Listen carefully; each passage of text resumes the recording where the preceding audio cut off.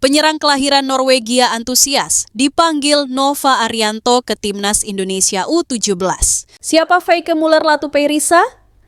Bek 180 cm yang dipanggil TC Timnas Indonesia akhirnya Ivar Jenner main di tim utama FC Utrecht. Mees Hilgers disebut tak laku di Eropa, minat main di Asia. Apakah kualitas pemain keturunan Timnas Indonesia U17 bikin negara tetangga iri? Orang dalam bocorkan klub yang dituju Calvin Verdong musim depan. Penyerang kelahiran Norwegia antusias dipanggil Nova Arianto ke Timnas Indonesia U17. Nicolas Indram Yosun, kelahiran Norwegia dengan darah Solo, mencuri perhatian di Akademi Rosenborg. Ia sudah mencatat 5 gol dan 1 assist dalam 4 pertandingan meski baru berusia 15 tahun. Nicolas Indram Yosun pun bahagia bisa mendapat kesempatan untuk mengikuti TC Timnas Indonesia U17. Ia merasa terhormat. Saya sangat senang bisa mendapatkan kesempatan ini dan saya berharap bisa bermain di Piala Dunia U17, kata Nicolas Indram Yosun, dikutip dari Instagram @football.indonesia. Indonesia merupakan negara asal saya dan akan menjadi suatu kehormatan untuk mewakilinya selama Piala Dunia. Dan saya sangat menantikan untuk dilatih oleh pelatih kepala Nova Arianto.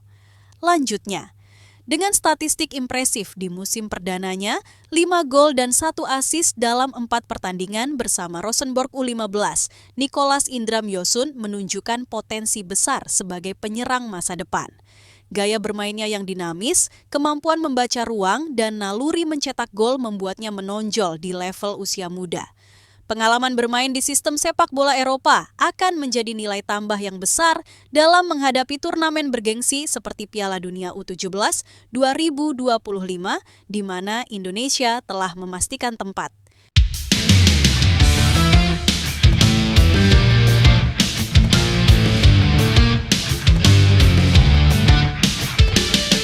Siapa Feike Muller Latupeirisa? Bek 180 cm yang dipanggil TC Timnas Indonesia. Feike Muller Latupeirisa merupakan salah satu pemain diaspora yang dipanggil Nova Arianto untuk pemusatan latihan Timnas Indonesia U17. TT yang diadakan skuad Garuda ini sebagai persiapan untuk mentas di Piala Dunia U17 2025. Pemusatan latihan ini digelar di Bali mulai 7 Juli sampai 10 Agustus. Bagi Feike Muller Latupeirisa dipanggil untuk TC bersama Garuda Asia merupakan kesempatan emas untuk membuktikan diri ke Nova Arianto. Feike Muller Latupeirisa, pemain berusia 16 tahun ini saat ini bermain di Willem II U17 di Belanda. Feike Muller Latupeirisa mengikuti perkembangan sepak bola Indonesia, tulis laporan Instagram @football.indonesia. Dia berminat membela Indonesia jika federasi membutuhkan. Dia tahu Timnas Indonesia U17 lolos Piala Dunia. Jika dibutuhkan dan bisa, dia mau membela Timnas Indonesia, sambung laporan itu. Kini kesempatan tersebut datang karena Feike Muller Latupeirisa dapat panggilan dari Nova Arianto. Lantas siapakah sosok Feike Muller Latupeirisa ini?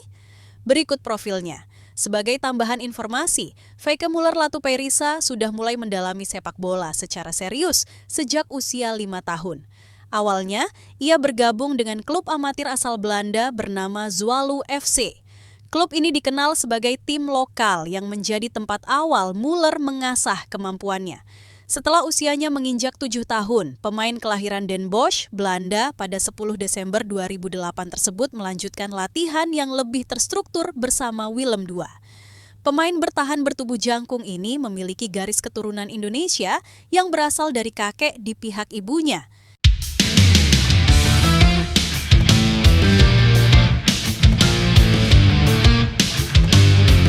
Akhirnya, Ivar Jenner main di tim utama FC Utrecht. Ivar Jenner merupakan produk Akademi FC Utrecht meski sempat di Ajax Amsterdam.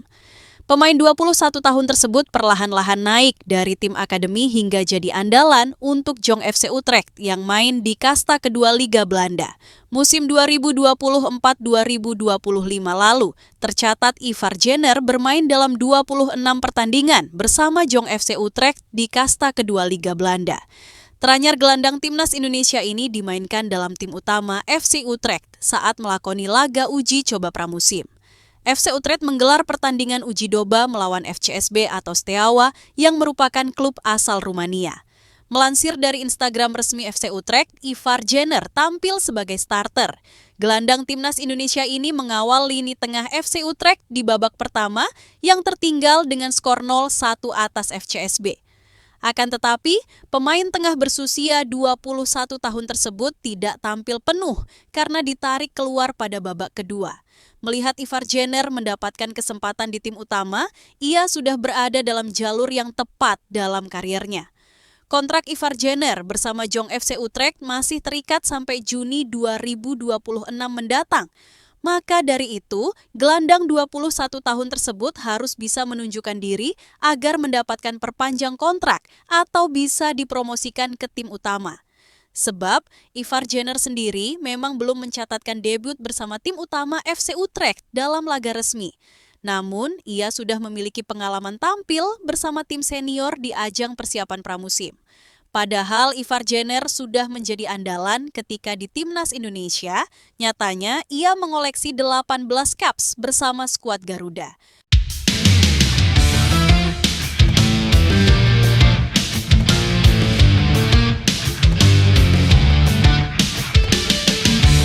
Mace Hilgers disebut tak laku di Eropa, minat main di Asia. Masa depan bek timnas Indonesia, Mace Hilgers menjadi tanda tanya setelah tak ada tawaran dari sejumlah tim di Eropa. Justru, sang pemain banyak diinginkan klub-klub dari luar benua biru. Mace Hilgers memang belakangan ini dirumorkan bakal meninggalkan FC Twente. Akan tetapi, sampai sekarang belum ada kepastian kemana sang pemain akan bergabung. Dalam laporan fctwente.net, tidak ada transfer serius dari tim-tim Eropa untuk Mace Hilgers. Nah, untuk klub lain di luar Eropa, ada yang berminat dan terbilang serius menginginkan jasanya. Ketertarikan justru datang dari klub-klub di luar Eropa, ada klub yang tertarik, tapi datang dari benua lain. Tulis media tersebut, pihak FC Twente dilaporkan akan berpikir ulang untuk menjual bek timnas Indonesia tersebut. Hal ini terkait kondisi keuangan FC Twente. Klub berjuluk The Tukers ini memang baru mendapatkan suntikan dana segar hasil penjualan 2 pemain. Sampai saat ini, Mace Hilgers dipastikan belum bergabung ke klub FC Twente. Bahkan, bek timnas Indonesia itu dipastikan absen di laga uji coba FC Twente melawan Motherwell FC yang akan digelar pada Selasa, 1 Juli di Bekum. Namun, pihak klub FC Twente rupanya masih menunggu kehadiran Mace Hilgers. Dikutip dari laporan Twente Insight DNL, Mace Hilgers dan Saif Letayev masih mendapatkan jatah libur musim panas. Kedua pemain baru dijadwalkan bergabung ke skuad FC Twente pada 3 Juli 2025.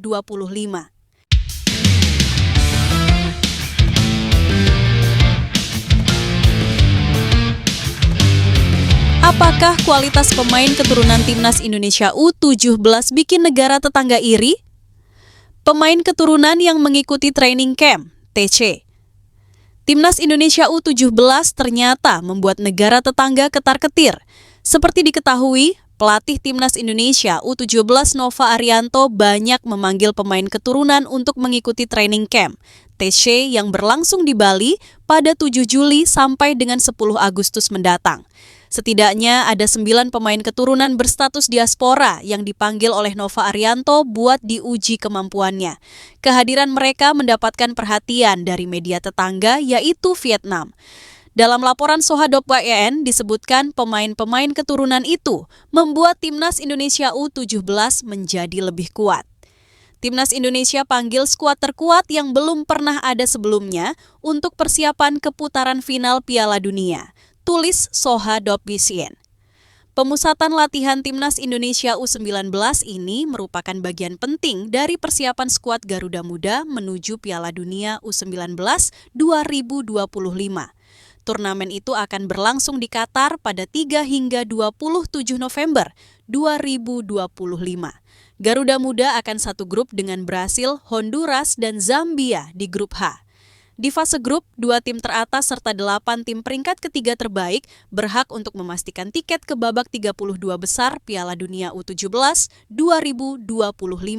Adapun di ajang ini, Timnas Indonesia U17 diharapkan bisa lolos dari fase grup. Nova Arianto memastikan semua pemain diaspora keturunan yang dipanggil sudah menyatakan kesediaannya buat hadir mengikuti TC di tanah air.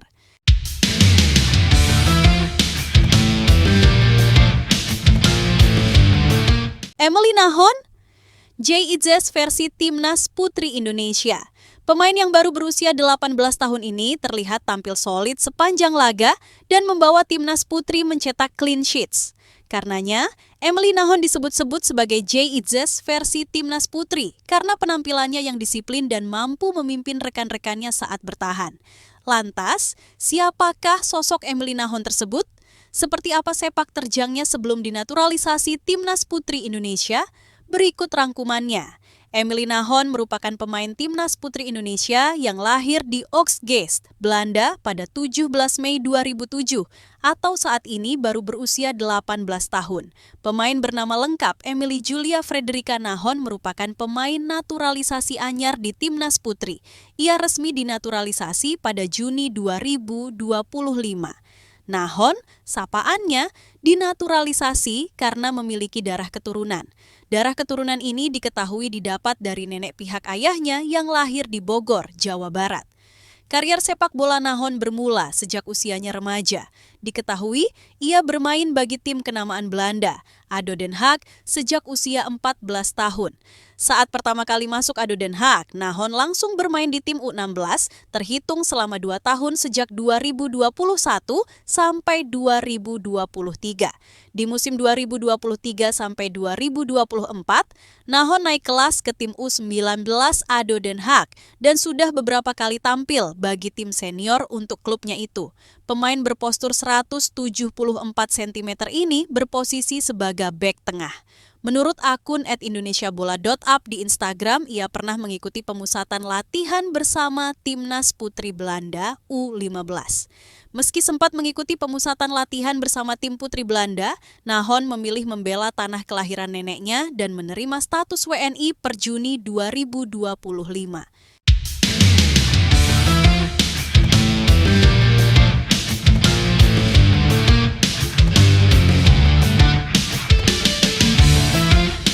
Profil Jona Gisseling, gelandang jangkung yang dipanggil Nova Arianto.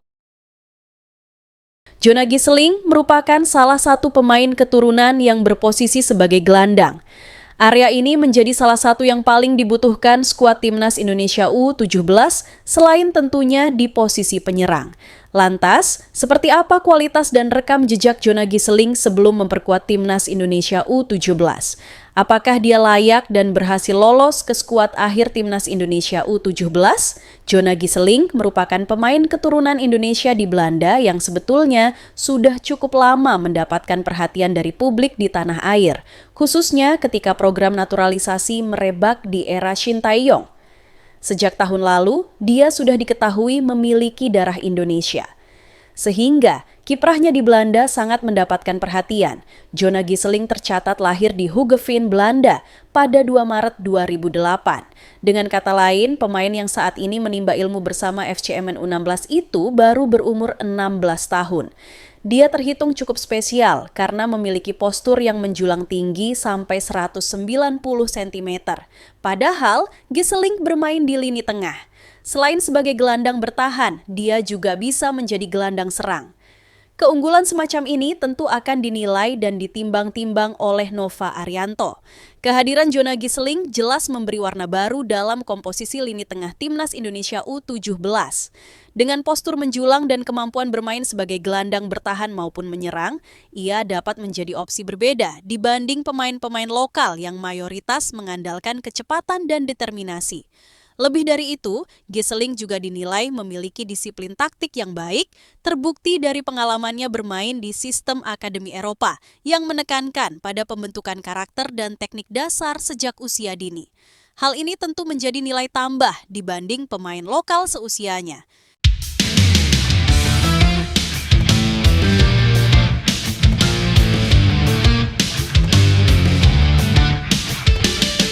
Benarkah Erspo tak lagi jadi mitra aparel Timnas Indonesia? PSSI masih bungkam. Rumor pergantian aparel resmi Timnas Indonesia kian santer terdengar. Namun hingga awal Juli 2025, pihak PSSI melalui badan usaha yang mengelola sektor komersial federasi tersebut, yakni PT Garuda Sepak Bola Indonesia (JSI), masih memilih bungkam. Isu ini mencuat setelah beredar informasi bahwa PT GSI telah mengirimkan undangan tender eksklusif untuk apparel Timnas Indonesia. Dalam surat tersebut tercantum jadwal pelaksanaan, ruang lingkup pekerjaan, serta konsep desain awal. Kabar ini memperkuat sinyal bahwa apparel yang saat ini bekerja sama dengan PSSI, yakni Erspo, kemungkinan besar akan digantikan atau setidaknya harus bersaing kembali dalam tender terbuka. Kontrak kerja sama Erspo dan PSSI berdurasi 2 tahun, artinya secara hukum kerjasama ini akan berakhir pada Januari 2026. Namun dengan proses tender yang sudah dibuka sejak pertengahan 2025, peluang terbuka lebar bagi hadirnya mitra baru. Tentu saja, Erspo masih memiliki kesempatan untuk mempertahankan posisinya bila kembali menang dalam proses tender tersebut. Ketika jersey baru dari Erspo pertama kali dikenakan oleh Timnas Indonesia dalam laga melawan Vietnam pada Maret 2024, kualifikasi Piala Dunia 2026 zona Asia, publik langsung memberikan respons negatif. Banyak netizen menilai desainnya kurang menarik, bahkan beberapa menyebutnya sebagai salah satu jersey terburuk sepanjang sejarah Timnas. Tak hanya publik, pelatih kepala Timnas Indonesia saat itu yakni Shin Tae-yong pun sempat kecewa terhadap jersey buatan Erspo. Sang pelatih dilaporkan mengeluhkan soal bahan yang tak menyerap keringat dengan baik dan meminta pihak Erspo untuk memperbaikinya. Respon pun datang dari pihak Erspo yang langsung menyampaikan permintaan maaf dan berjanji akan melakukan perbaikan.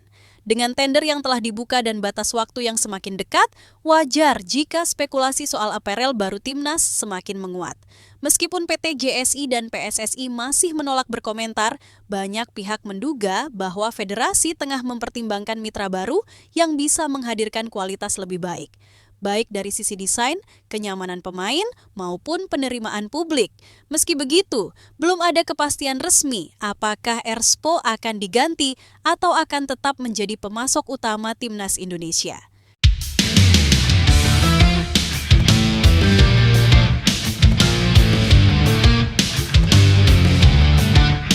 Orang dalam bocorkan klub yang dituju Calvin Verdong musim depan. Calvin Verdong kembali menjadi sorotan setelah tampil konsisten bersama NEC Nijmegen musim ini. Dalam 36 laga yang dijalaninya, bek kiri Timnas Indonesia itu menyumbang 1 gol dan 1 assist. Performa impresifnya membuat Verdong masuk dalam daftar kandidat bek kiri terbaik di Liga Belanda. Tak heran jika rumor kepindahannya ke klub lain mulai beredar, termasuk ke FC Utrecht. Namun, kabar kepindahan Verdong ke Utrecht ternyata belum memiliki dasar yang kuat. Wartawan asal Belanda, Mounir Boualin, mencoba menggali informasi langsung dari sumber terpercaya. Ia mengaku sering menerima pertanyaan tentang kemungkinan transfer Verdong ke FC Utrecht. Untuk itu, Mounir menghubungi agen sang pemain, Nathan van Kooperen, guna mengklarifikasi rumor tersebut. Sang agen menyanggah adanya tawaran resmi dari pihak FC Utrecht sampai saat ini. Mounir menyebut bahwa tidak ada perkembangan transfer yang signifikan saat ini. Di sisi lain, Verdong mengaku merasa nyaman bersama NEC Nijmegen saat ini. Kontrak yang ia terima cukup bagus dan tidak ada hal yang membuatnya ingin segera hengkang. Meski demikian, Verdong tidak menutup pintu sepenuhnya untuk peluang pindah. Hubungan baik antara Verdong dan klub bisa membuka jalan bagi transfer yang menguntungkan kedua belah pihak. Sebelumnya Calvin Verdong menyatakan bahwa dirinya terbuka untuk hengkang dari NEC Nijmegen dan memulai petualangan baru dalam kariernya. Calvin Verdong melanjutkan bahwa dirinya akan memutuskan pindah dari NEC Nijmegen jika mendapatkan tawaran atau gaji yang lebih besar. Pemain 28 tahun tersebut belak-belakan dirinya bisa mendapatkan banyak uang di tempat lain.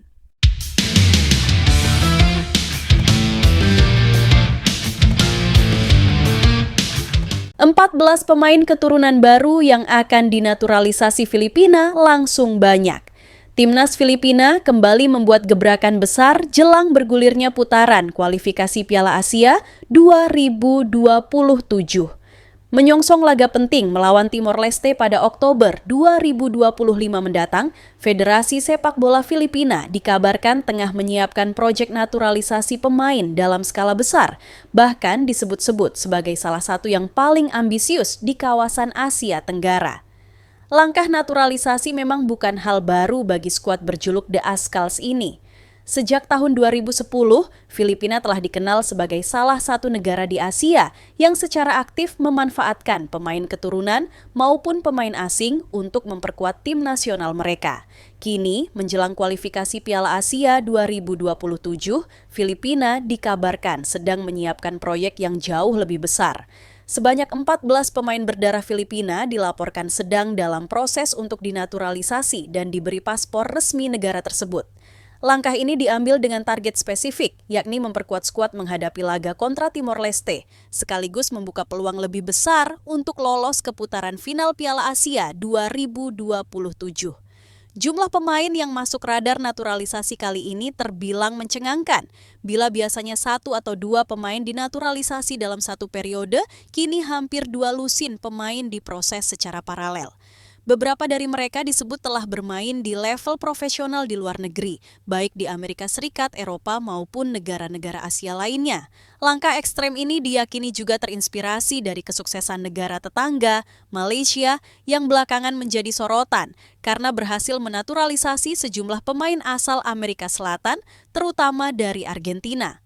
Keberhasilan Malaysia dalam mengalahkan Vietnam dengan skor telak 4-0 pada ajang internasional beberapa waktu lalu menjadi bukti nyata bahwa strategi ini memang efektif bila dijalankan dengan seleksi dan integrasi yang baik.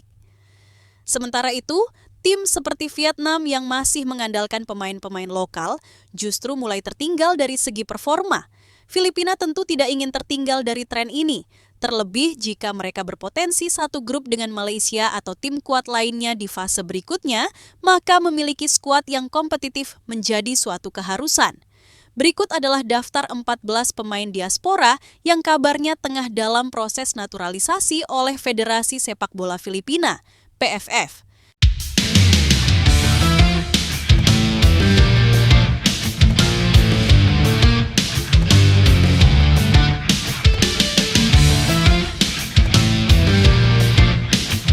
Blak-blakan media Wales, Nathan Joe Aon, pemain gagal. Media Wales Online dalam artikelnya mengatakan bahwa pemain timnas Indonesia Nathan Joe Aon sebagai rekrutan gagal yang dilakukan Swansea City.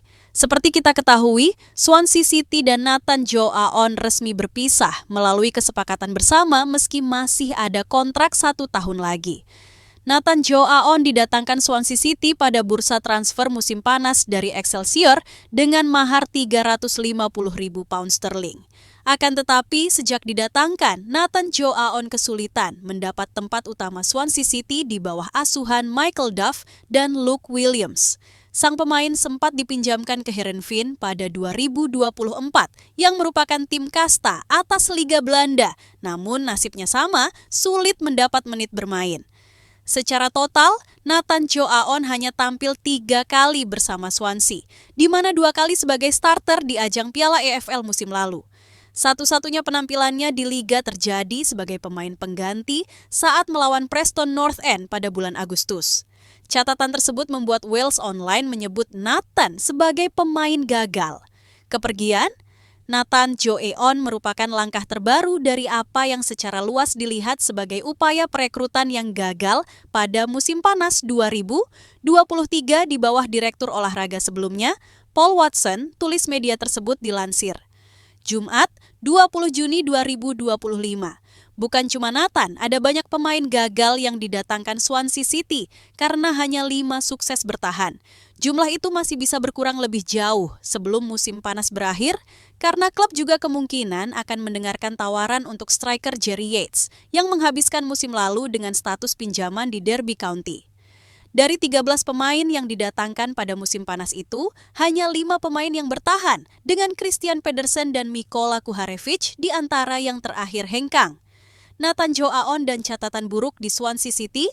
Nathan Joe Aon meninggalkan Swansea City dengan catatan performa minor. Kontrak awal Nathan bersama Swansea sebenarnya baru akan habis musim panas 2026. Namun sejak kedatangannya, Nathan kesulitan bersaing di skuad utama. Dalam 2 musim, ia hanya tampil 3 kali bersama Swansea City 2, diantaranya di ajang Carabao Cup. Dalam 2 musim Nathan hanya mencatatkan 3 pertandingan berseragam Swansea City, 2 diantaranya di Carabao Cup. Nathan bahkan cuma bermain 2 menit untuk Swansea di divisi Championship, yakni sebagai pemain pengganti saat menghadapi Preston North End.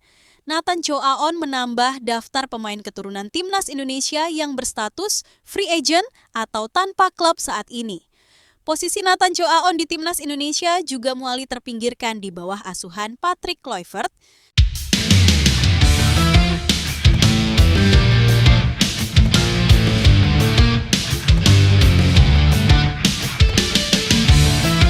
Namanya Jawa banget, gelandang keturunan Surabaya 18, tahun kirim kabar baik jelang ronde 4. Kabar baik itu datang dari pemain keturunan dengan nama yang identik dengan bahasa Jawa, yakni Julian Oerip. Julian Oerip memberi kabar baiknya untuk timnas Indonesia usai dirinya menekan kontrak baru dengan AZ Alkmaar hingga Juni 2029. Keputusan tim berjuluk The Kaasboren itu memberi kontrak baru kepada Oerip tak lepas dari perkembangannya bersama tim akademi. Meski Oerip mengalami penurunan performa, bagi Paul Brandenburg hal tersebut bukanlah sesuatu hal yang mengejutkan. Pasalnya, pemain yang berposisi sebagai gelandang serang ini tengah dalam masa transisi dari level akademi ke level profesional. Dengan kontrak baru ini, timnas Indonesia bisa mencoba mendekati Julian Oerip karena masa depannya bersama AZ Alkmaar sudah jelas, setidaknya hingga 2029. Julian Oerip digadang-gadang sebagai the next Tijani Reinders karena keduanya sama-sama pemain keturunan dan bermain di AZ Alkmaar. Selain itu, keduanya pun juga memiliki posisi yang sama, yakni sebagai gelandang serang ataupun gelandang tengah di klub papan atas Belanda tersebut. Julian Oerip diketahui bisa dinaturalisasi timnas Indonesia karena memiliki darah Indonesia dari garis sang ayah. Diketahui, pemain kelahiran Alkmaar ini memiliki darah Indonesia dari kakek dan neneknya yang lahir di Surabaya, Jawa Timur. Selain karena darah keturunannya, Oerip juga bisa dinaturalisasi timnas Indonesia karena kiprah apiknya bersama AZ Alkmaar. Sejak bergabung AZ Alkmaar pada usia 15 tahun, Oerip secara konsisten bermain di tim yang lebih tua, seperti U17, U18, U19, dan kini bermain di U21 atau Jong AZ. Catatannya pun cukup apik dengan mencatatkan total 119 penampilan dengan koleksi 36 gol dan 16 assist di tim kelompok umur AZ Alkmaar. Karena catatan itu, Oerip pun mendapat kepercayaan dari timnas Belanda untuk bermain di tim U16 hingga U19. Bersama timnas Belanda kelompok umur, Oerip tetap mempesona dengan mencetak 4 gol dan 3 assist dari total 35 pertandingan. Karena punya catatan apik, timnas Indonesia bisa mencoba peruntungan untuk menaturalisasinya guna bersaing di ronde keempat. Apalagi baru-baru ini Oerip dicoret dari skuad timnas Belanda U19 yang bertarung di Euro U19 2025 di Rumania. Jika dinaturalisasi, Oerip bisa menjadi pesaing Marcelino Ferdinand dan Ragnar Oratmangoen untuk menempati pos gelandang serang. Selain itu, ia juga bisa menjadi pesaing bagi Tom Hay, Joey Pelupesi, maupun Ivar Jenner di lini tengah tim Garuda.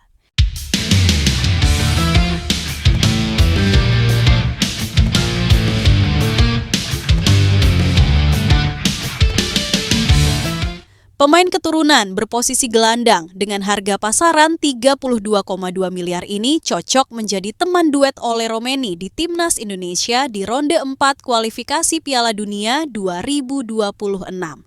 Sayangnya dia belum dinaturalisasi. Dia adalah Laurin Ulrich, pemain muda potensial berdarah campuran Indonesia-Jerman yang saat ini membela Stuttgart 22, kini tengah menjadi sorotan media dan penggemar sepak bola tanah air. Pemain berusia 20 tahun ini disebut-sebut sebagai salah satu kandidat kuat untuk memperkuat timnas Indonesia di putaran keempat kualifikasi Piala Dunia 2026 zona Asia yang akan dimulai pada Oktober 2025. Nama Laurin Ulrich mencuat di kalangan pencinta sepak bola karena kombinasi menarik antara darah keturunan Indonesia yang mengalir dalam dirinya, performa gemilang bersama klubnya di Jerman, dan kabar yang menyebutkan bahwa proses naturalisasinya sedang diupayakan oleh PSSI. Potensi besar ini membuat publik bertanya-tanya, apakah ia akan menjadi kunci baru di lini tengah timnas Indonesia? Tak banyak yang tahu bahwa Ulrich punya akar yang menghubungkannya langsung dengan Indonesia, tepatnya dari kota Surabaya. Kakeknya lahir di Surabaya pada tahun 1941, menjadikan Laurin bagian dari generasi ketiga diaspora Indonesia di Eropa. Fakta ini membuatnya memenuhi syarat untuk proses naturalisasi yang kini menjadi salah satu strategi PSSI dalam memperkuat skuad Garuda. Menariknya, meski memiliki nama belakang yang identik, Laurin Ulrich sama sekali tidak memiliki hubungan kekerabatan dengan Lars Ulrich, drummer legendaris dari band Metallica. Namun, popularitasnya terus meningkat bukan karena nama besar itu, melainkan karena performanya di lapangan hijau. Ulrich tercatat tampil luar biasa bersama Stuttgart 22 di musim 2024-2025 dengan koleksi 3 gol dan 7 assist dari 18 pertandingan. Gaya bermainnya yang agresif, cerdas, dan khas Bundesliga membuatnya dianggap cocok untuk menambah kekuatan lini tengah Indonesia. Dengan kecepatan dan distribusi bola yang baik, ia bisa menjadi motor serangan yang mampu menyaingi tim-tim kuat seperti Arab Saudi, Irak, hingga Qatar. Sebelumnya, Ulrich sempat mendapat menit bermain terbatas bersama SSV Ulm di kasta kedua Bundesliga. Namun, setelah kembali ke Stuttgart 2 pada paruh musim, ia berhasil menunjukkan kelasnya dengan performa impresif yang konsisten. Ini menunjukkan betapa cepatnya dia beradaptasi dan berkembang, kualitas yang sangat dibutuhkan di level internasional. PSSI dilaporkan telah melakukan komunikasi aktif dengan Laurin Ulrich dan pihak Stuttgart terkait kemungkinan proses naturalisasi. Jika semuanya berjalan sesuai rencana, maka Ulrich bisa saja menjadi bagian dari skuad Indonesia pada putaran keempat kualifikasi yang sangat menentukan.